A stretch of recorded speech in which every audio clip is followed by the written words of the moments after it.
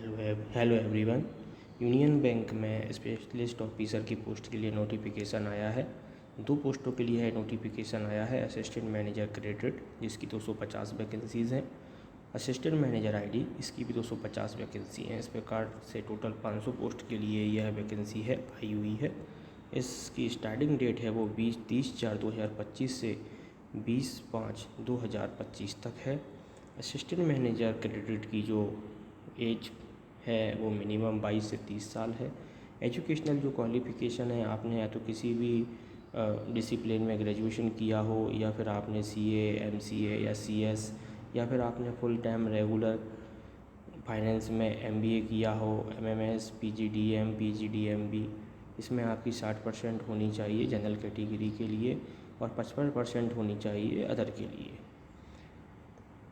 इसमें जो working experience मांगा हुआ है वो पोस्ट क्वालिफ़िकेशन वर्किंग एक्सपीरियंस मांगा हुआ है आपसे पब्लिक सेक्टर बैंक्स में या banking, financial services and insurance में। इसके साथ ही असिस्टेंट मैनेजर आईटी के लिए जो एज लिमिट है वो 22 से 30 साल है। और इसमें जो एजुकेशनल क्वालिफ़िकेशन है वो फुल टाइम आपके पास आपने BTech, MCA, MSc IT, MS या एमटेक या 5 ईयर इंटीग्रेटेड एमटेक किया हो कंप्यूटर साइंस में, आईटी में, इलेक्ट्रॉनिक्स में, इलेक्ट्रॉनिक्स कंप्यूटर साइंस में, इलेक्ट्रॉनिक्स टेलीकम्युनिकेशन में, डेटा साइंस में, मशीन लर्निंग में।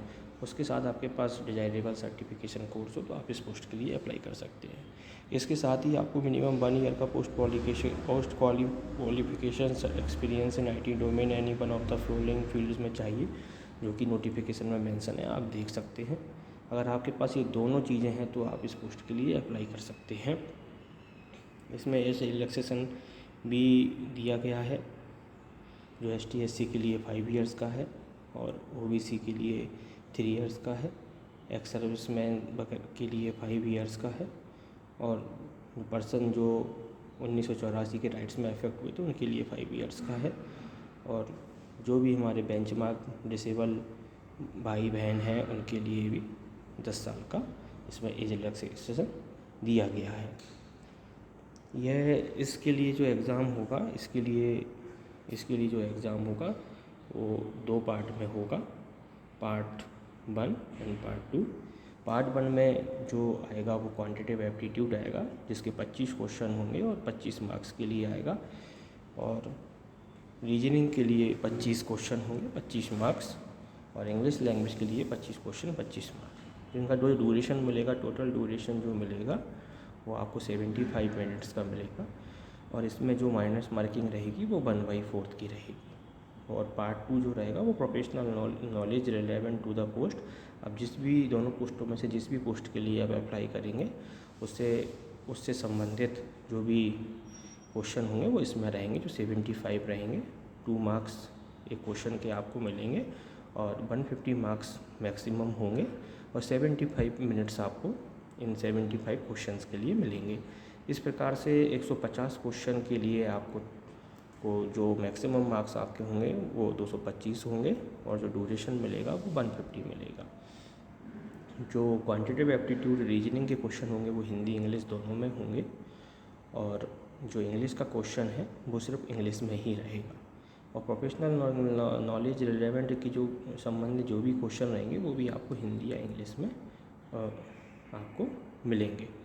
और मैंने ऑलरेडी बता दिया है कि 1/4 की आपकी इसमें माइनस मार्किंग रहेगी।